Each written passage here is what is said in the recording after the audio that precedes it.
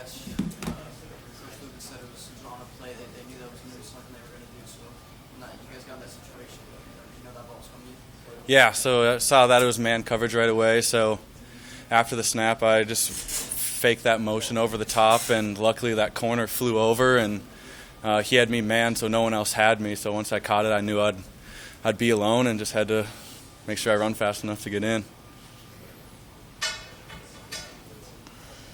What's been the key to this team is they've hit their reset button a lot after tough losses, but have you seen it this week, and how difficult is that process where you're so close to get yourself back up and go again?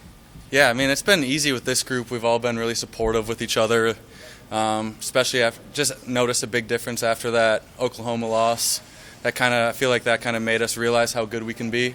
So that first practice after that Oklahoma loss, we all came together, and it really hasn't changed since that Oklahoma loss. We've all been dialed in practice and all together, knowing how good we can be, and it hasn't been hard to reset at all. After the game Saturday, Frost said he thought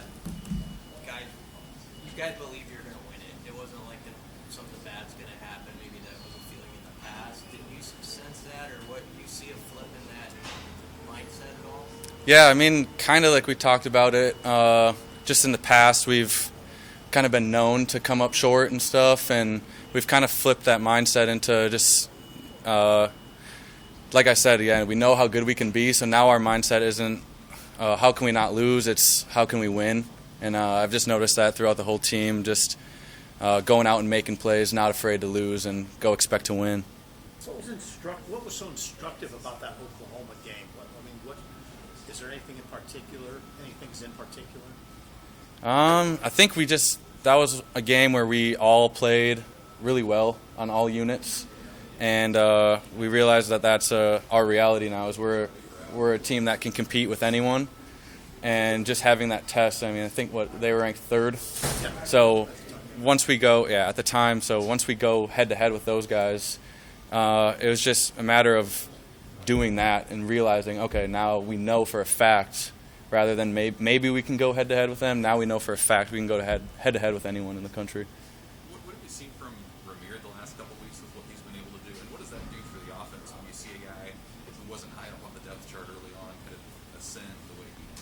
Yeah, I mean, he's got the veteran mindset where he just comes to work every day, and he's a back that can do it all. He can catch the balls, as you saw. He can make people miss. He runs hard. So it's been nice to have him just be that leader in their room, and you've seen it. That helps all the backs below him. You see Yant stepping up, and Savion and Step, like they're all just following after him, and it's made our running back a strength of our offense. Coach Lucas said that it says a lot about a guy, how they bounce back from being demoted. Ben Hart obviously back in the lineup now. What does it say that he was able to step up when you guys needed him? Yeah, I mean that's huge. It's really common for someone to lose their spot and just put their head down and kind of give up. It's easy to do, it's demoralizing, but Ben Hart stepped up, and I noticed it on Adrian's touchdown to retake that lead. It was Ben Hart's big block who did it, and that just shows you he didn't put his head down. He came to work every day and practiced hard and didn't lose a step. He still got better during his backup days, and yeah, we all have confidence in him. He was our starter, and now he's a starter again, and yeah. Speaking of Adrian, a couple of guys have called him a warrior. A lot of talk about his toughness the last few weeks. Why is that? Why is that the focus with him recently? What is he showing you guys that says that he's so tough? I mean, yeah, he's taking every snap on offense. He's running. He's getting tons of carries, getting hit, making all the throws. He gets hit on a lot of his throws, and you don't see him take a play off. He's giving it 100% on every single play, and a lot of us rotate in. So I mean, if we see someone taking every snap as hard as he can, if we're rotating, we better be working just as hard as Adrian, and that rubs off on us and makes us a better offense. How much do you guys drill the 2-minute stuff in practices during the week? And I mean, how do you do in practice? Do you feel like you perform it pretty well? Yeah, we definitely. That's kind of how we do the whole practices. Our whole practice is fast, and we don't really practice running stuff slow, and we're always going up tempo, so it makes a 2-minute easy. That second down, see some space on that second down play? Yeah, I definitely saw some space. But yeah, like he had pressure and just had to get one off, and it was just a bit high. This question may go nowhere. I don't even know if you noticed, but I guess Frost mentioned Trev Alberts was in the locker room after the game talking to some guys. You see him around? Is that see the AD? Yeah, I heard. I didn't see him personally, but I heard that he came around, and I mean, obviously, yeah, that's a huge compliment to us having that AD be present in our locker room and just kind of encourage us. And I don't think a lot of programs have an AD that supports a football program as much as he does. What stands out about Minnesota, from your perspective, is the biggest challenge? Biggest challenge is they don't make mistakes. They have a plus turnover margin, so we got to make sure that we're not turning the ball over because we know they're not going to turn the ball over.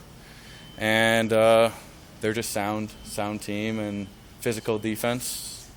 But it's that's where I'm from, so we got to make sure that we come out on top in that game. I was going to ask you about that. Did you grow up watching Minnesota, or did you get recruited by them at all? Yeah, so I grew up watching them, and they didn't recruit me at all. A little bit for baseball, but eventually backed out. And then when I entered the transfer portal, they kind of were iffy on that and backed out on there. So, yeah, I don't like Minnesota. I don't like Minnesota at all. Ben Hart, obviously from there too.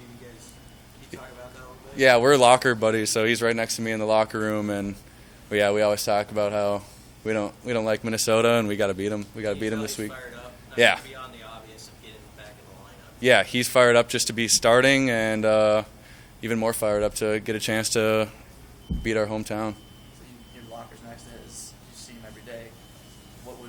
How did his demeanor seem during the 2 weeks where he was?